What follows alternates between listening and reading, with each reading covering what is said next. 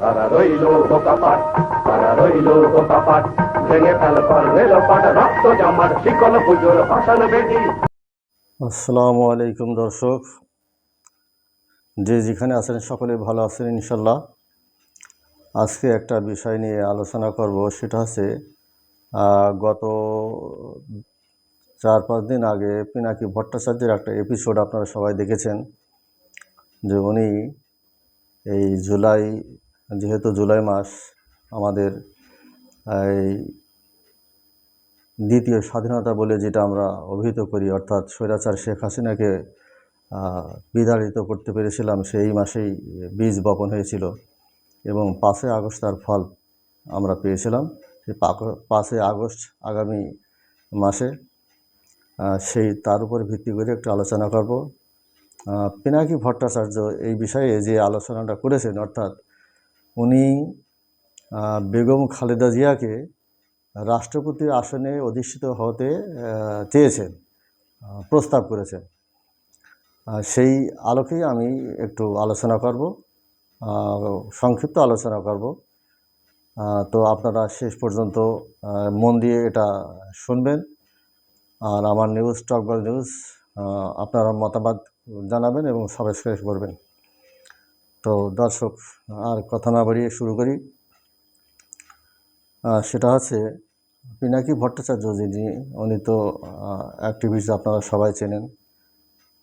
তো ওনার সূত্র ধরেই বলি, সেটা হচ্ছে বেগম খালেদা জিয়াকে উনি রাষ্ট্রপতি হওয়ার প্রস্তাব দিয়েছেন। সেই পরিপ্রেক্ষিতেই আমি আলোচনা করি। তো 5 আগস্ট আগামী মাসে 5 আগস্ট আমাদের এই স্বৈরাচার কুমড়ো রানী সরকারের পতনের বর্ষপূর্তি উদযাপিত হবে। ইতিমধ্যে সরকার ঘোষণা করেছে, ওই দিন সরকারি ছুটি ঘোষণা করেছেন। কিন্তু আমার প্রস্তাব হচ্ছে, আমি পিনাকি ভট্টাচার্যের সাথে কিছুটা মিল রেখে বলছি, সেটা হচ্ছে আমার প্রস্তাবটা হলো যে বেগম খালেদা জিয়া জীবন সন্ধিক্ষণে অনেকটা এসে গেছেন। তিনি রাজনীতিতে আর সেভাবে সক্রিয় হতে পারছেন না। তিনি দেশের জন্য অনেক কিছু করেছেন নিঃসন্দেহে, শহীদ জিয়ার সহধর্মিণী। তা শহীদ জিয়া সম্পর্কে তো বলে শেষ করা যাবে না, তার অবদান সম্পর্কে দেশের। তো খালেদা জিয়ার সম্পর্কেও সেরকমই একটু শেষ বয়সে তেনার সম্মানিত করা যেতেই পারে। তো 5 আগস্ট আগামী মাসের 5 আগস্ট যেহেতু বর্ষপূর্তি উদযাপিত হবে, ওই দিন আমার প্রস্তাব, এবং আমি অনেক লোকের সাথে কথা বলেছি, অনেক মানুষের সাথে কথা বলেছি, তারা সবাই একমত। সেটা হচ্ছে, একটা হচ্ছে যে আমাদের গত বছর যে 5 আগস্টের পরে 8ই আগস্ট যে সরকার গঠিত হয়েছিল, বিপ্লবী সরকার গঠন না হয়, এতে অনেকটা ভুল হয়েছে, এটা সবাই একমত। এখন সেটা অনেকে আফসোস করে।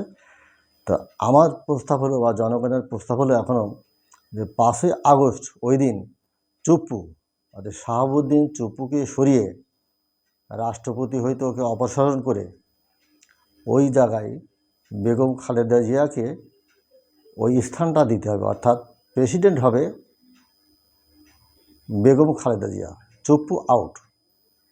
এই যে আমি এখানে দিয়েছি, আপনি চুপ্পুকে আর এই পদে রাখা যাবে না, এ একটা নোংরা, এর সম্পর্কে আলোচনা করলে মুখ নষ্ট হয়ে যাবে। এ ঘুষরা জীবনে কোনো কাজ করেনি, এমনকি স্বৈরাচার কুমড়ো রানী একটা নিকৃষ্টতম মহিলার পাশেও সে সালাম করেছে। তার অনেক সাক্ষাৎকার আপনারা দেখেছেন। সে সম্পর্কে যদি আলোচনা করি তাহলে অনেক বড় এপিসোড হয়ে যাবে, তো সে সম্পর্কে যাচ্ছি না। এই বিচ্ছিরি একটা রাষ্ট্রপতি সরকারের আমাদের দেশের রাষ্ট্রপতি হয়ে আছেন, তাকে আমরা এই পদে আর দেখতে চাই না। তো ছাত্র জনতাও একবার এ নিয়ে আন্দোলন নেমেছিল, কোনো একটা দলের বাধার কারণে এটা শেষে সফল হয়নি। তবে পিনাকি ভট্টাচার্য যেহেতু একটা মন্তব্য করেছেন, ওনাতে ভালোই সাড়া পাওয়া গেছে।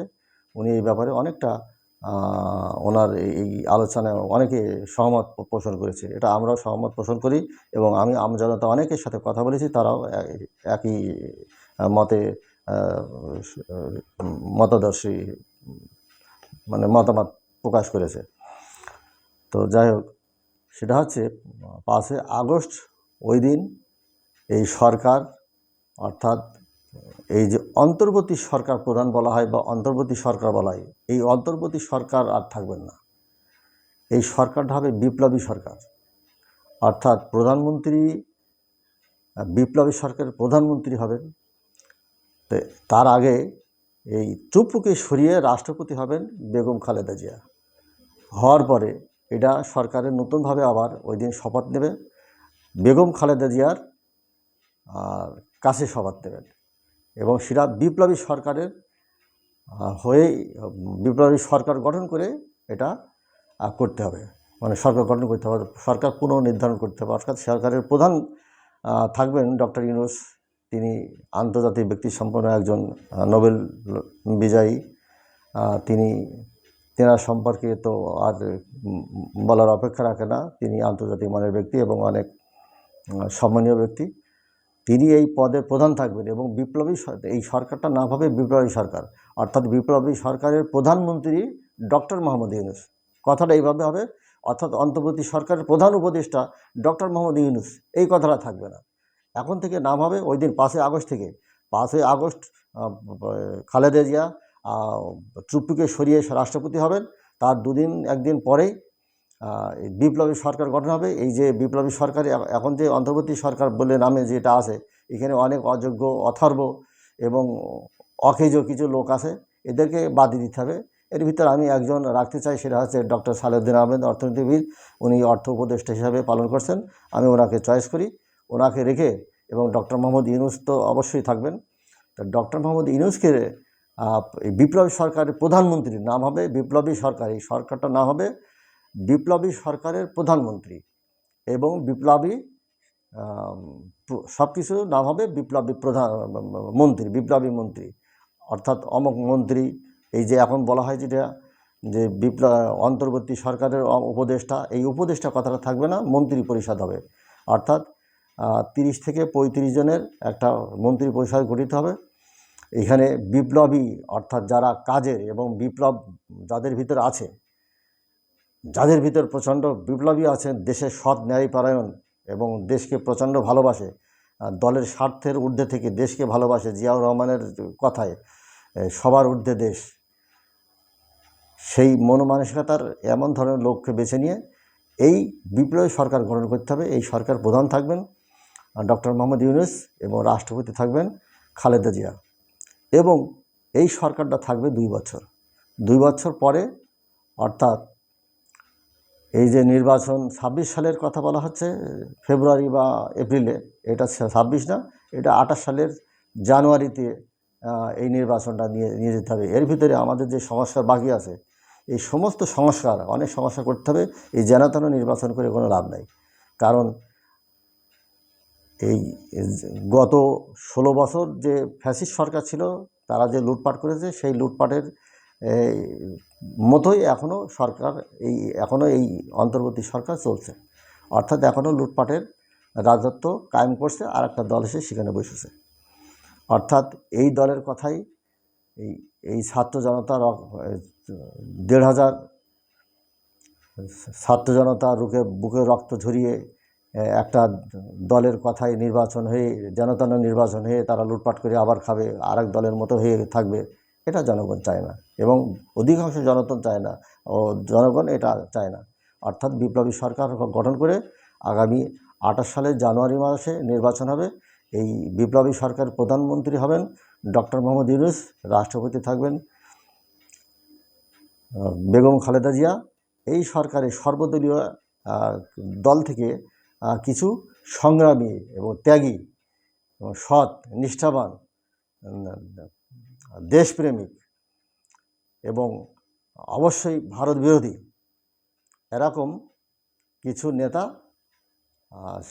তাদেরকে বেছে নিতে হবে, সর্বদলীয়ভাবে নিতে হবে। আমি 2-1টা নাম বলতে পারি, সেটা হচ্ছে যেমন সাংবাদিক পিনাকি ভট্টাচার্য, ইলিয়াস, এরা সংগ্রামী, এরা হচ্ছে সংগ্রামী নেতা। এই ধরনের নেতা এই সরকারে অন্তর্ভুক্ত করতে হবে। অর্থমন্ত্রী যেহেতু একটা দেশের মূল চালিকা শক্তি, সেটা সালাউদ্দিন সাহেব সামলাতে পারবেন বলে আমি আশা করি, তিনি থাকবেন। আরও 2-1 জনের নাম বলা যেতে পারে, সেটা হচ্ছে ব্যারিস্টার ফুয়াদ, এই ছেলেটা আমাকে খুব পছন্দ হয়। এই অনেক প্রতিবাদ করে, অনেক ভালো ভালো কথা বলে, এবং সে রাগ ঢাক না রেখে খোলামেলা কথা বলে।